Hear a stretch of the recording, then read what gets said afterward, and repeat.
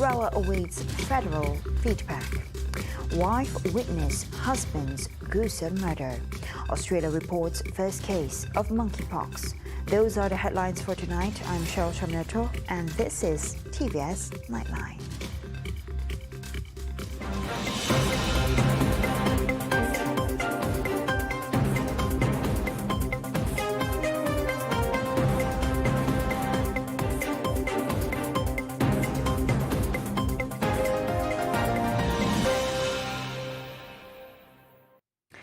The Sarawak government has yet to receive any response from its federal counterparts regarding the candidate proposed to be its representative on the Board of Directors of the Inland Revenue Board. Deputy Minister in the Sarawak Premier's Department of Law MA63 and State Federal Relations, Dato' Sharifah Hasidah Said Aman Ghazali said the candidate was proposed as a follow-up to the state's demand to have a representative on the IRB board. Hasidah was responding to a supplementary question from Dato' Ibrahim Baki, GPS Sato, during the question and answer session at the Sarawak State Assembly sitting today. She said that the proposed membership on the IRB board was one of the state's demands and is still in the midst of discussion with the federal government. Other claims under negotiation include the issue of judicial administration in Sabah and Sarawak and the proposed recognition of the Sarawak Public Works Department, Sarawak Irrigation and Drainage Department, and Sarawak Rural Water Supply Department as technical departments under Treasury Instructions 182. She noted that other pending matters are on the proposed increase in the number of Dewan Rakyat members from Sabah and Sarawak in Parliament and a discussion on the special grant review formula under Article 112D of the Federal Constitution.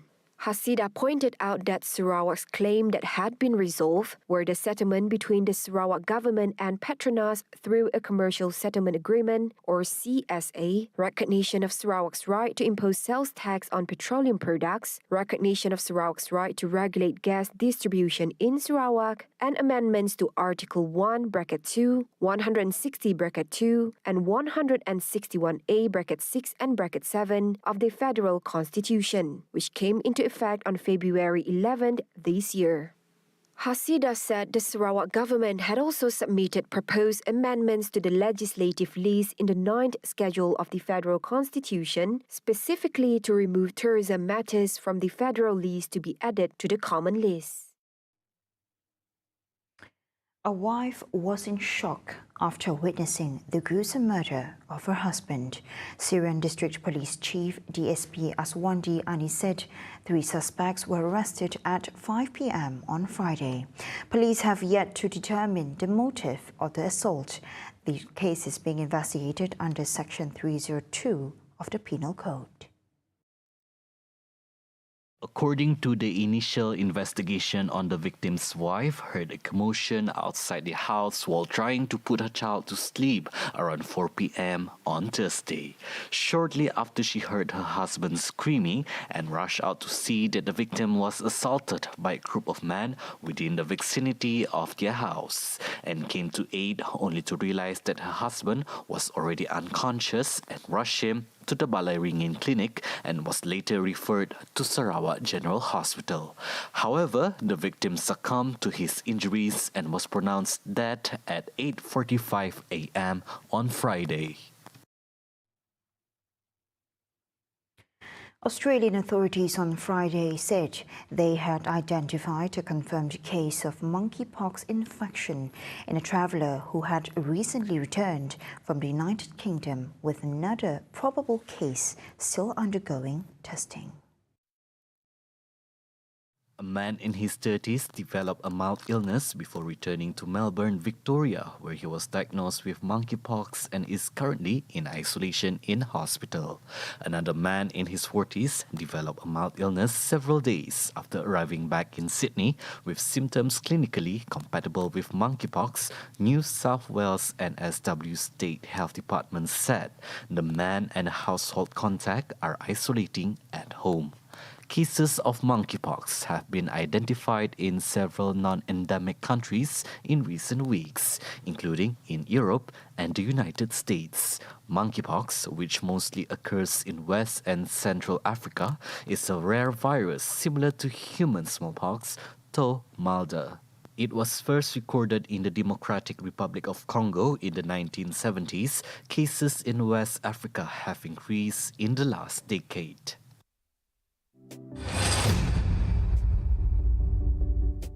Various benefits will be enjoyed by licensees and the local community through the establishment of the Forest Management Unit.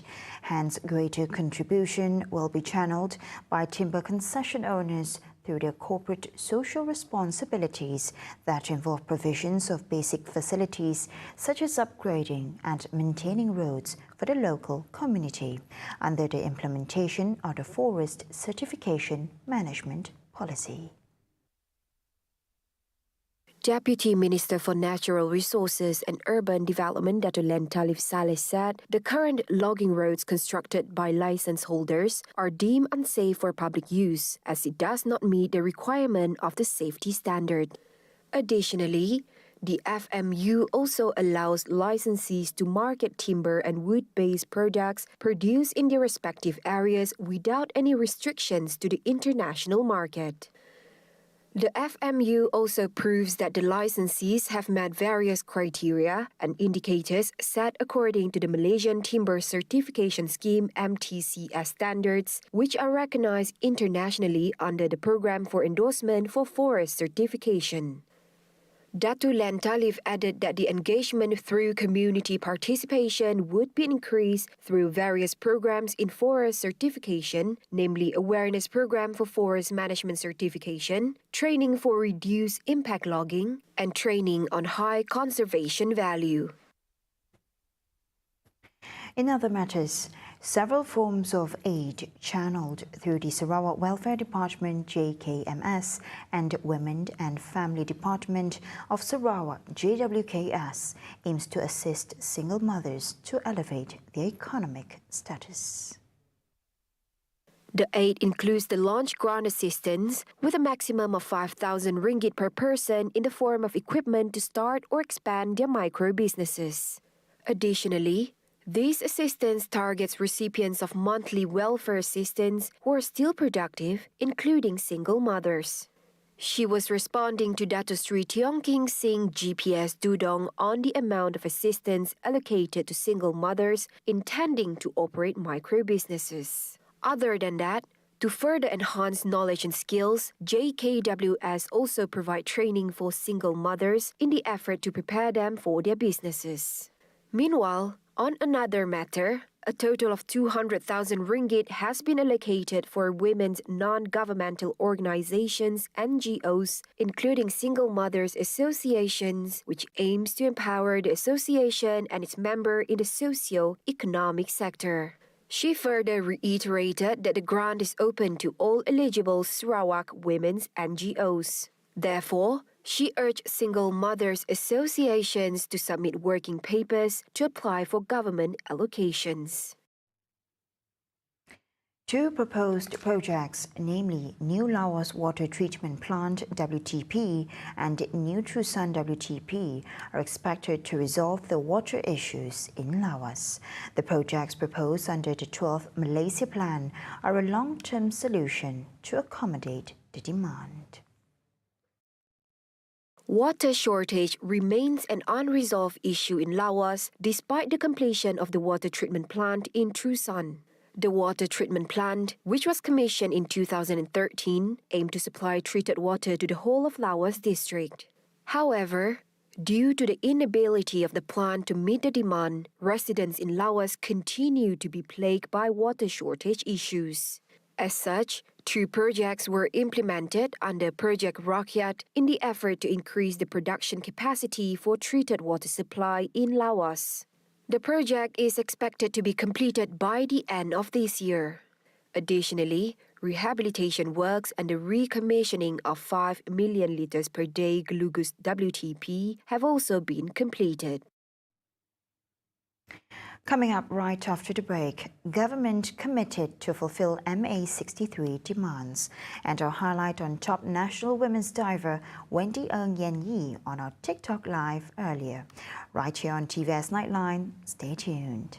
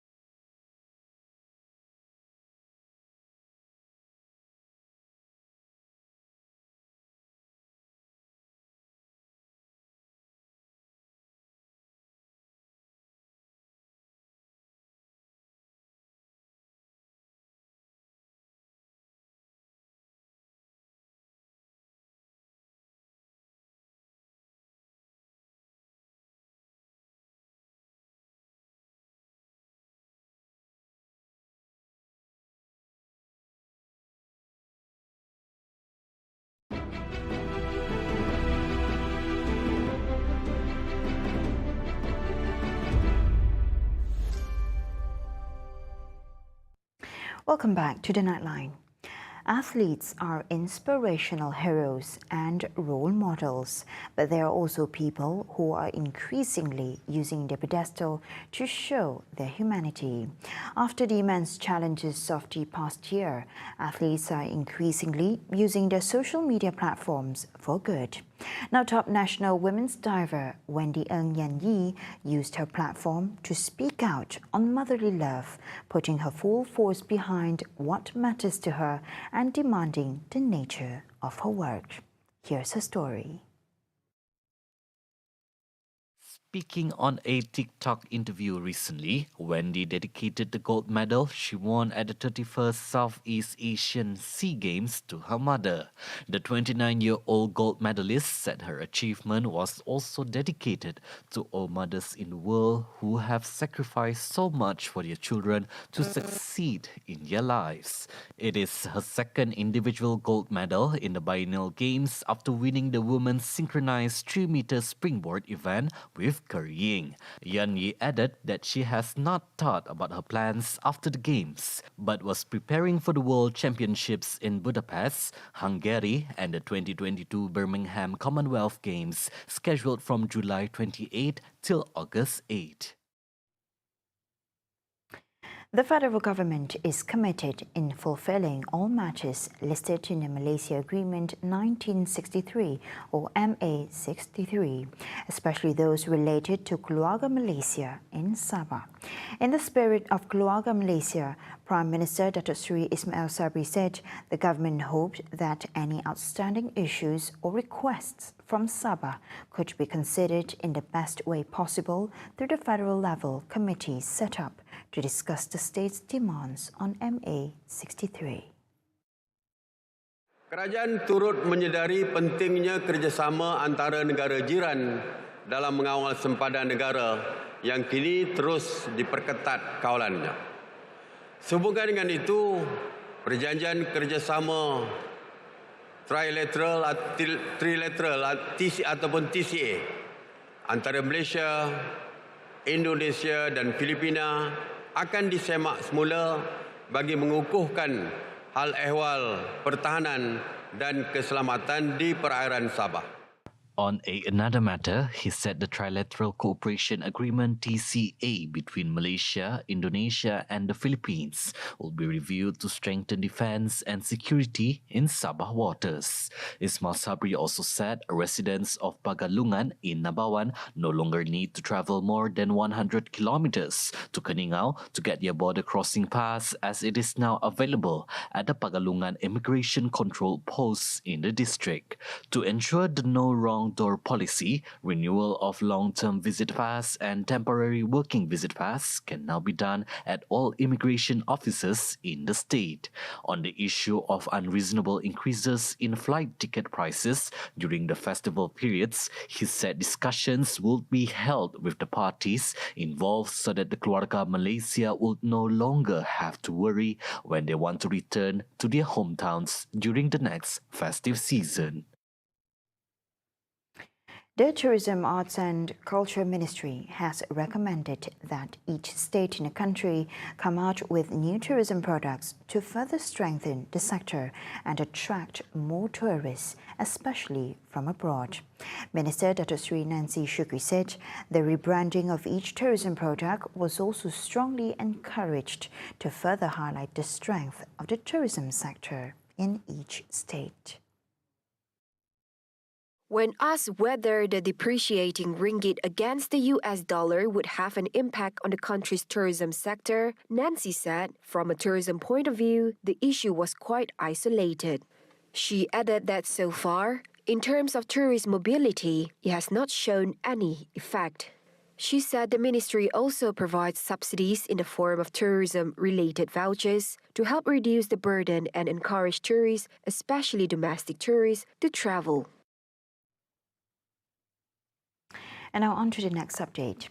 Cases of hand, foot and mouth disease continue to rise in Sabah, Terengganu and PERAK. However, it is still under control. In Sabah, State Health Department Director Datuk Dr. Rose Nani Mudin said 2,654 HFMD cases were reported until May 16, the highest increase compared to 55 cases during the same period last year.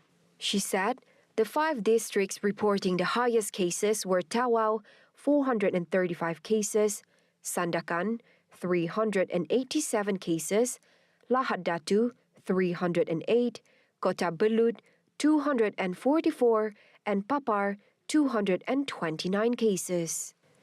In Terengganu, the number of cases among children continued to rise with 1,182 cases recorded from early this year until last Tuesday. State Health Department Director Dato Dr. Kasimani Embong said there was a tenfold increase in recorded cases compared to the 103 cases recorded in the same period last year. In PERAK, State Health, Science, Environment and Green Technology Committee Chairman Mohammed Akmal Kamarudin said the state government would shut down childcare premises upon receiving a directive from the Health Ministry MOH if infection cases in the state continue to rise. A total of 2,638 HFMD cases were recorded in the state as of last Tuesday, May 17. Prior to this, Health Director General Tan Sri Dr. Noor Hisham Abdullah said HFMD was spreading at an alarming rate in the country.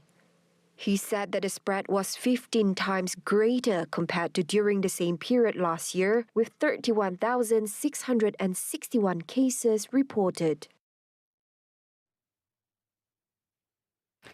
Sri Lankan police fired tear gas and water cannon to push back student protesters who marched through the streets of Colombo, demanding the arrest and removal of President Gotabaya Rajapaksa.